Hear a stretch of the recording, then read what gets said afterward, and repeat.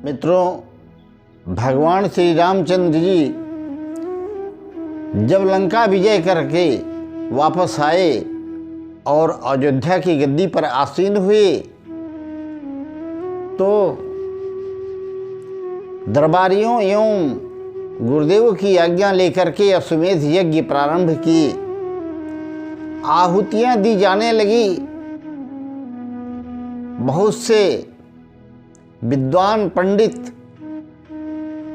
जिस यज्ञ में लगे हुए थे, आहुतियां दी जा रही थी और उसी समय यज्ञ के घोड़े को लाया गया और विधिवत पूजन करके उसके मत्थे पर एक पत्र लिख करके टांग दिया गया।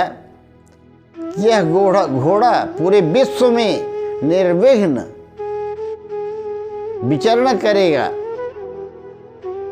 स्वच्छंद विचरण करेगा और जो भी व्यक्ति इस घोड़े को रोकने की कोशिश करेगा उसे राम का कोपभाजन होना होगा और भगवान राम उसे दंडित करेंगे और बंदी बनाएंगे। उसको युद्ध करना होगा। युद्ध में जीतेगा तो जीतेगा, नहीं तो अगर हार गया तो राम का बंदी बन जाएगा और दंडित हो जाएगा। और जो व्यक्ति उस घोड़े का सम्मान करेगा उसे भगवान राम सम्मान देंगे, आशीर्वाद देंगे, अपने पास रखेंगे। मित्रों, इधर जब घोड़े को छोड़ दिया गया उसी समय भगवान शत्रुघ्न को बुला करके कहा कि तुम अपने साथ सेना लेकर के और सेनापति को लेकर के जाओ इस घोड़े की रक्षा के लिए। अगर कोई कहीं पकड़े तो उसे युद्ध में परास्त कर देना और यह यज्ञ पूर्ण होना चाहिए। जब तक यह यज्ञ घोड़ा वापस लौट कर नहीं आएगा तब तक यज्ञ पूर्ण नहीं होगा। अब शत्रुघ्न जी भगवान को प्रणाम करके बोले, जो आज्ञा भगवान, और चतुर्गुणी सेना लेकर के घोड़े के रक्षा के लिए पीछे पीछे चल पड़े। घोड़ा चलता रहा और चलते चलते अचानक वाल्मीकि ऋषि के आश्रम में पहुंच गया। घोड़ा बीहड़ वन था, किसी को दिखाई नहीं पड़ा घोड़ा। सैनिक आश्चर्य में पड़ गए, घोड़ा कहाँ गया, घोड़ा कहाँ गया, खोजने लगे। और देखिए घटना होती क्या है। उधर वाल्मीकि के आश्रम में पल रहे भगवान राम के दो बेटे लव और कुश, जो सीता के निष्कासन भगवान राम ने कर दिया था, तो आश्रम में उनके ही पुत्र लव और कुश के साथ विद्यार्थियों ने घोड़े को देखा और कौतूहलवश उन लोगों ने जाकर के घोड़े को पकड़ लिया और पकड़ करके देखा तो सभी जो साथी थे उसमें जो लिखा था वो पढ़ा और पढ़ने के बाद सब भाग गए। पर कुश ने अपने भाई लव से कहा कि भाई ये तो एक प्रकार से चैलेंज है, क्षत्रियत्व के लिए चैलेंज है और हम क्षत्रिय बालक हैं। गुरुजी ने हमें बताया है हम क्षत्रिय बालक हैं और किसी क्षत्रिय को अगर कोई राजा चैलेंज दे और वह उसका जवाब न दे तो हम मृत्यु तुल्य होता है। इसलिए हम लोगों को यह घोड़ा पकड़ लेना चाहिए। लव ने वह घोड़ा ले जाकर के एक पेड़ में बांध दिया। खोजते खोजते सेना उस घोड़े के पास पहुंची और देखा तो सेना ने बहुत कहा, समझाया बुझाया, तुम लोग सुकुमार बालक हो, युद्ध के योग्य नहीं हो। इस घोड़े को पकड़ने का मतलब भगवान राम के कोप का भाजन होना होगा। वो भगवान राम जिन्होंने महाप्रतापी रावण का वध किया है, उनके सामने तुम क्या टिक पाओगे? तुम बालक हो। हमरा इस घोड़े की रक्षा के लिए आए हैं, हम तुम्हें मारना नहीं चाहते, तुम्हें देखकर तो प्रेम उमड़ रहा है और तुम लोग घोड़े को छोड़ दो, हम चले जाएंगे। पर लव ने कहा कि देखो, हम क्षत्रिय बालक हैं, हमारे गुरुजी ने हमको समझाया है, अब युद्ध करना पड़ेगा तो हम युद्ध करेंगे, क्योंकि इसमें एक राजा को चैलेंज दिया गया है, तो हम घोड़ा छोड़ नहीं सकते, तुम्हें युद्ध करना हो तो करो। सेना ने आक्रमण किया, पर लव के एक बाण ने ही सबको धराशायी कर दिया। सारी सेना मूर्छित हो गई, सब पूरा लोटपोट हो गए, किसी को कुछ होश पता नहीं। किसी ने भागकर शत्रुघ्न को सूचना दी। शत्रुघ्न जी स्वयं आए और उन्होंने भी बहुत मनोहार की, बड़े मनोहर सुकुमार बालक हो तुम लोग, युद्ध के योग्य नहीं, ये राम जी के यज्ञ का घोड़ा है, इसे छोड़ दो, हम माफ कर देंगे। पर लव नहीं माने। उन्हें बताया कि देखो, हमें आकर के शिक्षा मत दो, क्षत्रिय हो, राम क्षत्रिय हैं तो हम भी क्षत्रिय कुमार हैं, और युद्ध क्षेत्र में आकर के शिक्षा मत दीजिए, आप अस्त्र उठाइए और युद्ध कीजिए। भीषण संग्राम हुआ और अंत में एक दिव्य अस्त्र का प्रयोग करके शत्रुघ्न को भी बेहोश करके वहीं पर सुला दिया।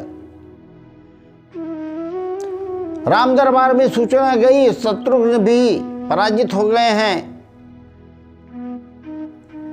लक्ष्मण को आज्ञा दी, लक्ष्मण गए और लक्ष्मण ने भी जब उन बालकों को देखा तो कुछ बातचीत किया और कहा कि तुम लोग सुकुमार बालक हो, तुम्हें देखकर तो ऐसा लगता है कि मेरे दिल में जैसे कुछ हो रहा है, अपनत्व की भावना लग रही है, हम तुम्हें मारना नहीं चाहते, तुम घोड़ा दे दो, हम युद्ध नहीं करेंगे, तुम्हें छोड़कर चले जाएंगे।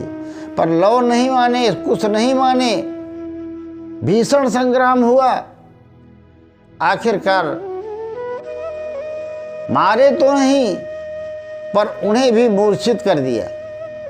कुछ ने कहा, भैया इतने लोगों की हत्या आप क्यों कर रहे हो? जब कुछ की ये बात सुना तो लव ने कहा कि मैंने इन्हें मारा नहीं है, ये 4-6 महीने तक ऐसे पड़े रहेंगे मूर्छा में, और जब समय आएगा तो हम इन्हें जगह भी देंगे, क्योंकि इनमें हमें गर्व की बू आ रही है। इस घोड़े पर जो लिखा गया है, इससे लगता है कि इसमें जितने भी लोग सम्मिलित हैं, राजा राम सहित, सबको गर्व हो गया है कि हम ही क्षत्रिय हैं और दूसरा कोई क्षत्रिय नहीं है। लक्ष्मण जी से फलतः विकट संग्राम हुआ और लक्ष्मण भी मूर्छित हुए। ये समाचार जब मिला राम दरबार में तो राम जी ने भरत को भेजा और भरत तैयार हुए, साथ में सुग्रीव और हनुमान जी विनती करके गए कि हम भी जाएंगे, प्रभु आज्ञा दीजिए, हम तो आपके सेवक हैं। यद्यपि राम ने कहा कि मैं अपने सेवक को कार्य नहीं दे सकता, पर हनुमान जी कहे हम तो सेवक हैं, हम सेवा करेंगे। अब ये तीनों साथ गए, हनुमान जी, सुग्रीव और भरत, और भरत जी ने भी समझाने की कोशिश की, पर अंततः युद्ध हुआ ही, जिसमें भरत मूर्छित होकर के वहीं पर जमीन पर गिर गए, सुग्रीव गिर गए। हनुमान जी को मूर्छा तो नहीं आई, पर वहीं जड़वत खड़े रहे, और तभी काफी देर हो चुकी थी और वो लोग बार बार इंतजार कर रहे थे भगवान राम स्वयं आएंगे, और जब वो आएंगे तो हम उनसे एक प्रश्न करेंगे। अब वो मेरा प्रश्न राम का ही जवाब देंगे। तो हनुमान जी ने थोड़ी देर बैठे रहे तो लव और कुछ आपस में कहने लगे कि भैया समय काफ़ी हो गया है, चलिए कुछ भोजन कर लिया जाए। तो उनके पास क्या था? थोड़ा सा नमक और रोटी। उन्होंने अपने गमछे से निकाली रोटी और नमक और भोजन करने बैठे तो हनुमान जी देख रहे थे। हनुमान जी तो हनुमान जी हैं, उन्हें तो मां ने स्वयं वरदान दे दिया था, अपना बेटा मान लिया था। राम जी ने भी बेटा मान लिया था, और वही प्रेम हनुमान जी का उमड़ रहा था। वो मस्त थे लव कुश को देखकर, मग्न हो रहे थे, पर कुछ बोल नहीं रहे थे, इसलिए कि बंदी बना लिए गए थे। तो लव ने कहा, देखो आप मेरे अतिथि हो, मैं अकेले भोजन नहीं करूँगा। आप तो राम दरबार में रहते हो, आपको अच्छा अच्छा भोजन मिलता है, हमारे पास तो सूखी रोटी है, पर अब मैं, आप चाहो तो मेरी सूखी रोटी और नमक आप भी खा सकते हो। हनुमान जी बड़े प्रसन्न हुए और बोले कि आप लोगों की वचनों से ही इतनी मिठास निकल रही है कि मैं तृप्त हो चुका हूँ। रोटी चाहे नमक की हो चाहे सूखी हो, वह हमें सब अच्छी लगेगी। हनुमान जी को भी प्रसाद दिया, तीनों प्रसाद पाए। ये समाचार भगवान राम जी को मिला और अंततः राम जी भी आए और राम जी भी समझाने लगे कि हे सुकुमार बालकों, तुम हमसे क्यों लड़ना चाहते हो?